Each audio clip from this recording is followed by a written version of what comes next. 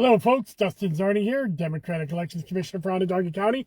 Welcome to Commissioner in a Car. And in this episode, I'll be talking about petition and budget updates. I usually do this on Tuesday. I'm doing it on Wednesday. I was actually scheduled to be in Albany yesterday, and I was going to try to do it late last night, but I got pretty violently sick on the train. Not that you needed to know that.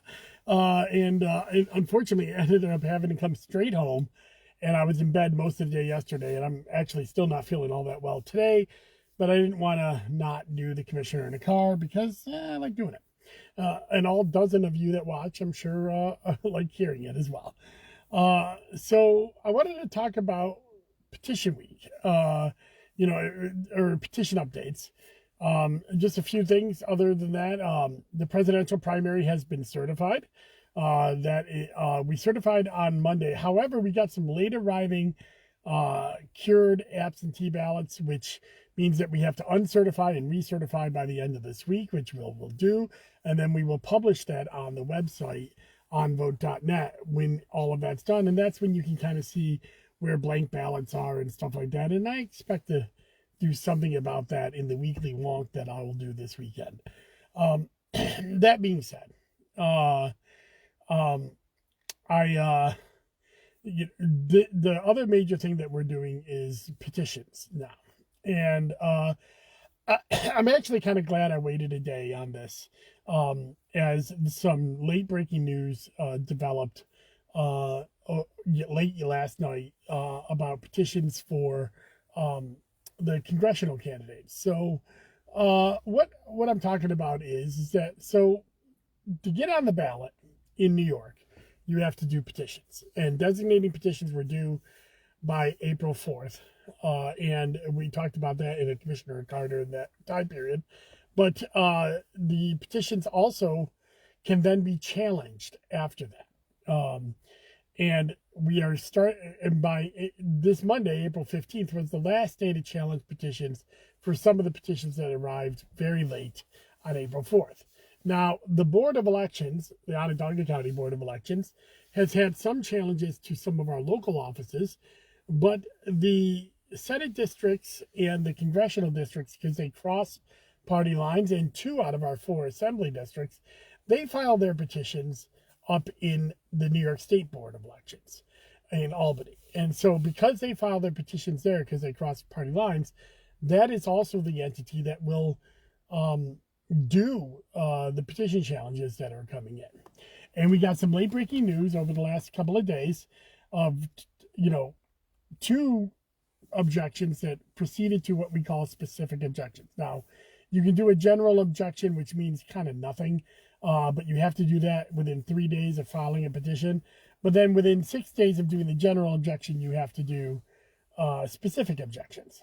And specific objections are really, saying we believe that this person should be off the ballot and here's why, and it lists a whole bunch of reasons. Up at the New York State Board of Elections, over the last 2 days, specific objections arrived on CD 22, the congressional district. Clem Harris's petition, Dr. Harris's petitions were challenged by a guy named Lance Detto, and then petitions were challenged for Tom Drum in the Senate District 50 race. He was a Democratic rival of Chris Ryan, who's running for Senate District 50, which is Mannion's old seat, who's now running for Congress. So those petitions were also challenged. It'll take the New York State Board of Elections about a week or 2 to go through some of these objections. We'll see how quickly they set these for a hearing, and then get their preliminary rulings. But it may be up until May 1st until a final ruling is done on each of these petitions. Well, what would happen then? Well, if they ruled them off the ballot, then the people who got thrown off the ballot would have 3 days to go to court, take the New York State Board of Elections to court, and try to say why they are wrong. But more than likely, if the New York State Board of Elections says you're off the ballot, you're off the ballot. If it says you're on, you're probably on the ballot. It's not very easy to get those things overturned because they're looking at things that are pretty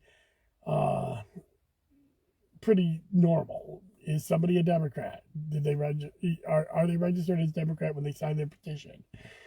Did they put down the right address? All of these things are things that you have to look at when doing this type of petition challenges. So we could have less primaries because of these petition challenges. The Senate District 50 challenge, if that goes away, then we won't have a primary in that.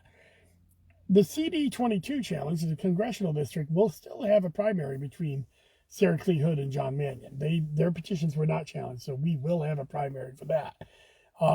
So that's what's going on there. As of this point, I didn't see for New York Senate District 48, which was under a general objection up at the state board, but we'll have to see if that comes in today, because today is the last day for it to come in. They could have filed it on the 15th and overnighted it or 2-day mailed it to Albany, and they have to be received by today. So there could be some more challenges that come in, but more than likely, we're still looking at a Republican primary in Senate District 48 and a Democratic primary in the Congressional District 22, and a possible Republican or Senate or Democratic primary in Senate District 50. At the local board of elections, we really don't have many challenges. The ones that we have are for Republican committee slots in Pompey and Salina. And then after those are done, we'll be able to publish what our primary races are for the June election. There are going to be some committee primaries in Salina and Pompey, probably. People don't realize this, but being on the Democratic and Republican committees or conservative committees, they are actually elected offices, and thus you can be primaried and be on them or not. So every 2 years, in the even years, they have to walk petitions to stay on the ballot, and if more than 2 people in an election district walk petitions, it then becomes a primary, and they vote, and the people in that election district vote on it just like any other race that they're going to vote in the primary this year. So by next week's Commissioner in a Car next Tuesday, we'll have a good idea of what the local primaries are, and maybe even have some determinations of what happened in CD 22 in Senate District 50 at the state board. But it could be a week after that, so we'll just have to see how this goes. Now, the New York State budget is ongoing. There was an announcement on Monday that they have I can't remember what it said, something like a general agreement to get to an agreement, something like that. It was a conceptual agreement of a framework of a budget. Well, that means we need to see what the budget bills are to really kind of see what everybody's getting. And of course, elections are a big part of New York State budget. There's rumors that the New York State database, and which is a database run by SUNY that will house all the data for elections statewide in one central depository, is in the budget. There's rumors that ERIC, the interstate cross-checking system that has been in almost every other state besides New York and growing until it became the boogeyman of right-wing trolls during the 2020 election. There's rumors that we're going to be joining ERIC, and that's part of the budget as well. That's exciting. That's something that I've been wanting to do, so we can, I get calls all the time from somebody who says, I moved out of state, but you still have my voter registration roll here, and this is one of those things that would keep that from happening. So I'm excited about that. And then, of course, there's the funding, the direct funding requests, like the $10 million for aid to localities that was in both one house budgets, the Senate and the Assembly, and then the postage grant and the e-poll book replacement grant, which was in all 3 house budgets. It's probable that most of those will be in the final budget, but we'll see. These are big things for us in New York, because before 2019, before the Democratic takeover in the New York State Legislature, it's very rare to get money from New York State, and now we get it just about every year. So don't believe some of the rhetoric about unfunded mandates. New York State funds a lot of the elections now, and a lot more than they did in previous years. It's still a county's responsibility to fund the elections, but New York State has been giving millions upon millions of dollars each and every year, whether it's capital equipment or direct aid, to do all the things that it's mandating us to do. So,